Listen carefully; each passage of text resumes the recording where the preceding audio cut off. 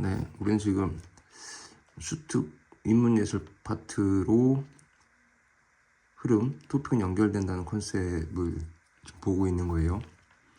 네, 흐름, 토픽은 연결된다는 컨셉으로 주어진 텍스트의 전체를 살펴보는, 그래서 토픽 연결점들을 가지고 요약 정리를 하고 그 요약 정리가 요지 결론으로 수렴된다는 것을 확인해 보는 거예요. 그리고 하나 더 강조하고 싶은 건 토픽 연결점 되는 구역은 계속 기억하고 저장하려고 노력해라. 계속 기억하고 저장하려고 노력하면서 되뇌어라. 그럼 이 어느 순간 그 스스로의 기억 능력하고 저장 능력이 좋아졌다는 걸 느끼는 순간을 맞이할 거예요.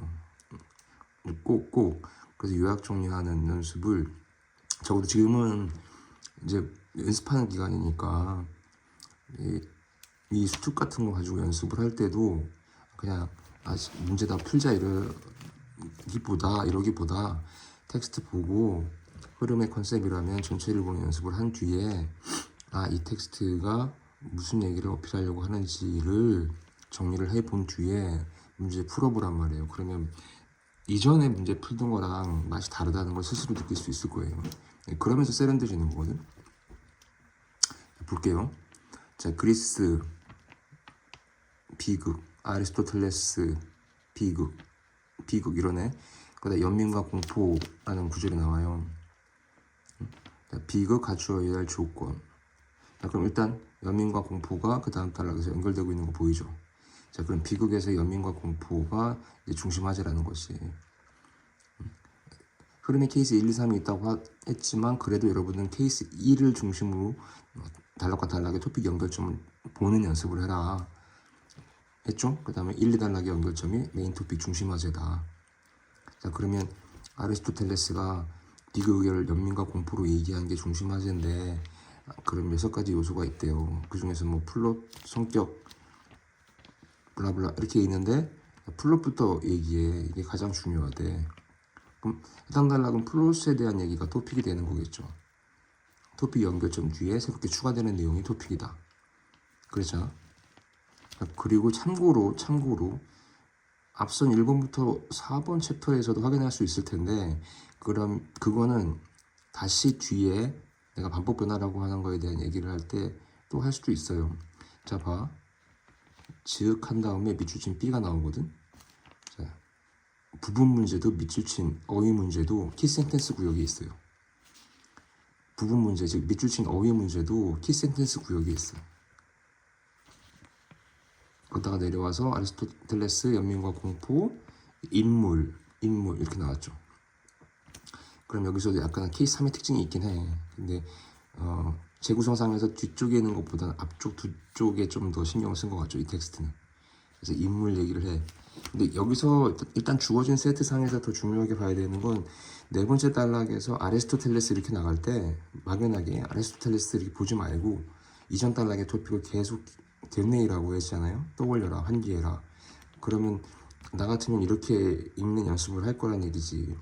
즉, 두 번째 단락에서 비극, 연민과 공포를 플롯으로 얘기했고, 세 번째 단락에서 인물로 얘기했던 아리스토텔레스는 이렇게 읽어보라는 거죠. 다시, 메인 토픽이 비극의 연민과 공포인데, 공포와 연민인데, 그걸 플롯으로 얘기했고 인물로 얘기했는데, 맞죠? 그러니까 비극을 플롯과 인물로 얘기한 아리스토텔레스는 이렇게 읽으라는 거죠. 그런 다음에 카타르시스가 추가됐으니까 얘가 또 여기에 대해서 후대의 학자들이 있는 거죠. 기억, 니은, 디귿 뭐 이렇게 있다는 거죠.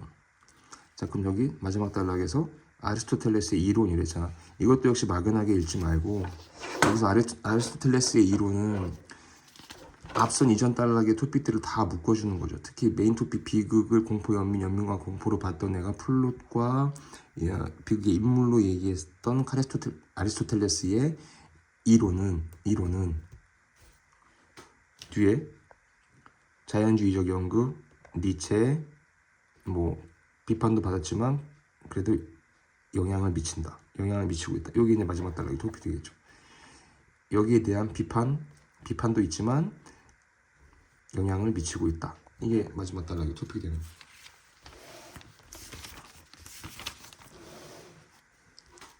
챕터 6. 독일의 수학자 프레게 이렇게 시작하네요. 그리고 밑줄 친 기억이 있어. 전후를 보면 이름의 뜻과 지시체 구별. 근데 요 구역이 사실 다음 단락 첫 번째 줄과 연결점 구역이 돼요. 표면적으로도 보이지? A equal B, A equal A 동일성 명제. 그러니까 요 1, 2단락의 연결점, 메인 토픽. 프레게가 말한 동일성 문제. 여기에 대해서 중간 부분에 보면 프레게는 이름, 뜻, 지시체. 그게 바로 첫 단락의 밑줄 친 기억 전후였어요. 그래서 바로 앞에 텍스트 볼 때 얘기했잖아. 나중에 보면 여러분도 냄새를 맡을 텐데 밑줄 친 구역은 키센텐스 구역이 있다. 프레게가 이름, 뜻, 지시체를 가지고 동일성 명제에 대한 얘기를 하는 거지. 자, 그리고 세 번째 단락에 내려오면 객관적 존재자로 보았다라는 말이 있는데 이게 두 번째 단락 관계 사이에서 연결점을 찾으면 밑에 쪽에 있어요. 지시체와 뜻의 관계. 지시체와 뜻의 관계에 대해서 얘는 객관적 존재라는 개념을 다시 얘기했다는 거지.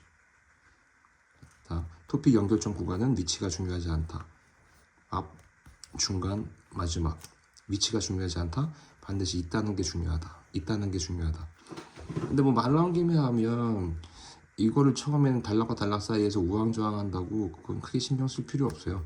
그건 아직 덜 익숙해서 그렇고 이 컨셉에 따라서 읽는 연습을 하다 보면 단락과 단락 사이에서 가까운 부분에 잡을 수 있게 되고 단락과 단락 사이에 가깝게 있지 않아도 여러분의 기억과 저장 능력은 커진 상태일 수 있기 때문에 그건 그렇게 거슬리지 않아요. 자, 다시 네 번째 단락에서 프레게의 이론 그랬어. 그럼 이게 다시 흐름의 케이스 3의 특징이라는 거예요. 이것도 그냥 읽지 말고 두 번째, 세 번째 단락 여기 묶여주는 구역이라고 하는 걸 인식하라는 것이. 즉 최소한 동일성 명제, 이름, 뜻, 지시체로 말한 프레게 이론 이렇게 읽으라는 거죠. 알겠죠? 자, 프레게 이론, 프레게 동일성 명제에 대해서 이름, 뜻, 지시체로 객관적 존재에 대한 것으로 얘기했던 프레게 이론은 이렇게. 여기에 대해서 이제 추가된 정보, 버트런트 러셀의 비판적 입장 이렇게 되는 거죠. 그러니까 동일성 관련 문제 해결하기 어렵다. 이러한 단점 이게 연결점 되는 구역. 네 번째, 다섯 번째 단락 연결점 구역. 그냥 극복하기 위해 러셀은 블라블라 박스 기술理론. 그러니까 이렇게 박스든 밑줄이든 그냥 문제구나 이렇게만 생각하지 말고 왜 여기 밑줄 쳐 있고 왜 여기에 박스 쳐져서 문제가 되는지 텍스트 전체 꼬라지를 보면 연습을 한 뒤에 다시 보면 느낌이 다를 거라는 거죠. 무슨 말인지 알겠죠? 자, 기술 이론에 대해서 밑줄 친 니은, 진정한 이름, 위장된 이름 이런 구절에 나와요. 그리고 그 다음 단락에서 마지막 단락 첫 번째 줄 끝에 위장된 이론 이렇게 연결점 구역이 생기죠. 연결점 이론 구역이. 그러다가 한정기술구 가지고 뜻과 지시체 구분하지 않고도 동일성 명제 해결. 뜻과 지시체는 프레게 쪽이잖아. 근데 러셀은 이거 구분 않고도 문제 해결했다. 다섯 번째, 여섯 번째 단락 토픽 연결점 구간의 구절로.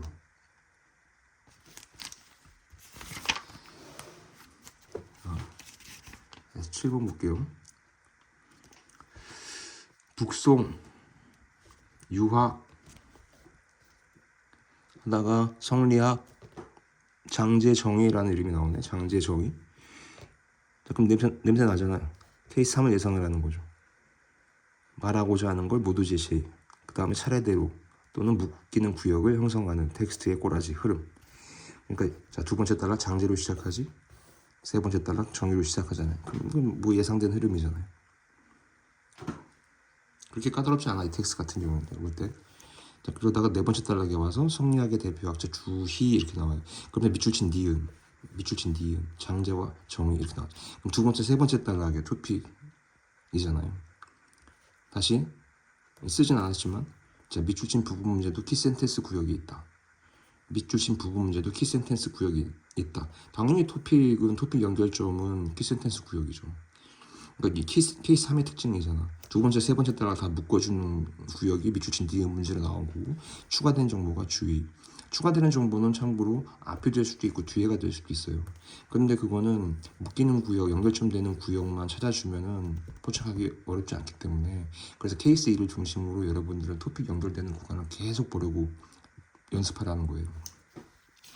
그래서 주의가 이기론 확립했다라고 하는 게 네 번째 단락의 토픽으로 예상할 수 있어요. 그러고 나서 이제 마지막 부분 끝에 부분에서 이러한 주의의 관점은 이해 절대성, 기의 상대성 강조, 존재 인간, 도덕 우주 모두 설명 종합 철학.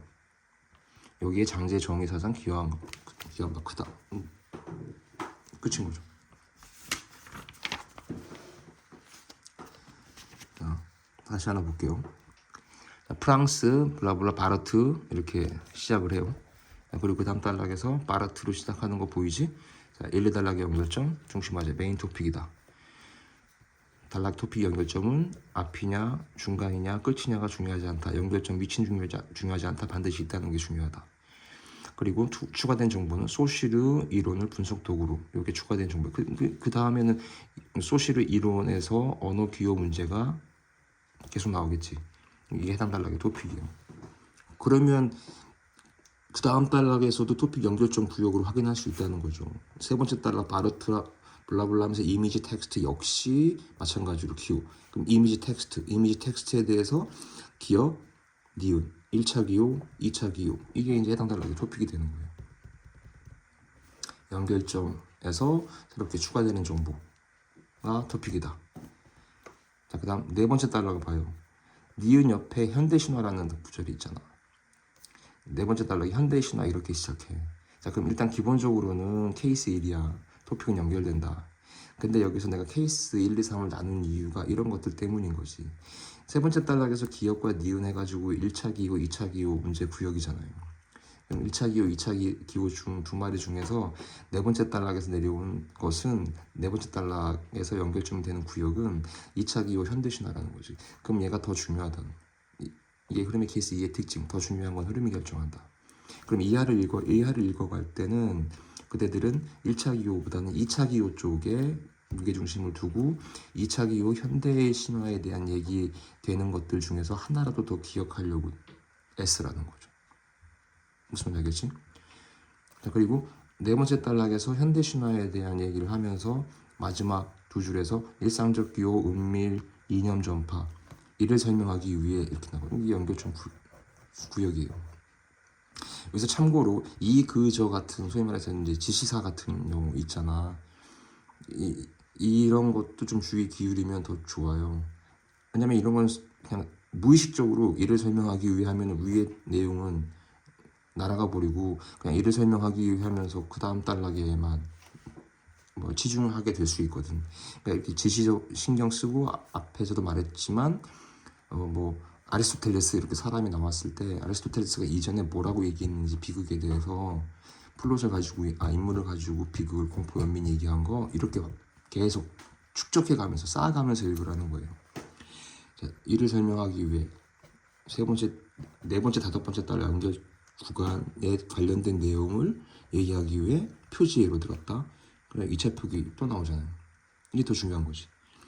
그럼 아래쪽 부분에 이미지, 사회, 이념 하면서 그게 그 다음 단락에서 두 번째 줄에 이념, 재생산, 장치 그래서 또 2차 기호 체계 이렇게 연결고 그럼 이 구역이 중요한 구역이고 이 텍스트 전체상에서는 1차 기호보다는 2차 기호 체계의 현대의 신화가 텍스트 무게중심이라는 거예요. 앞에서도 한번 얘기했죠. 단락 토픽의 무게중심을 기억해라. 단락 토픽의 무게중심을 신경 써라.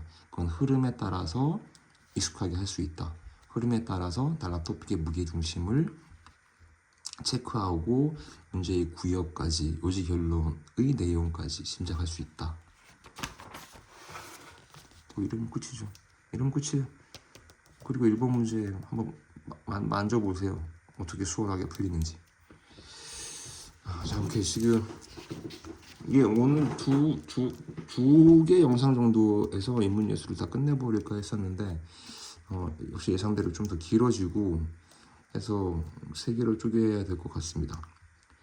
다시 말하지만 지금 우리는 나의 독서 컨셉 중에서 두 번째 스텝을 밟고 있어요. 흐름이란 컨셉을 밟고 있어요.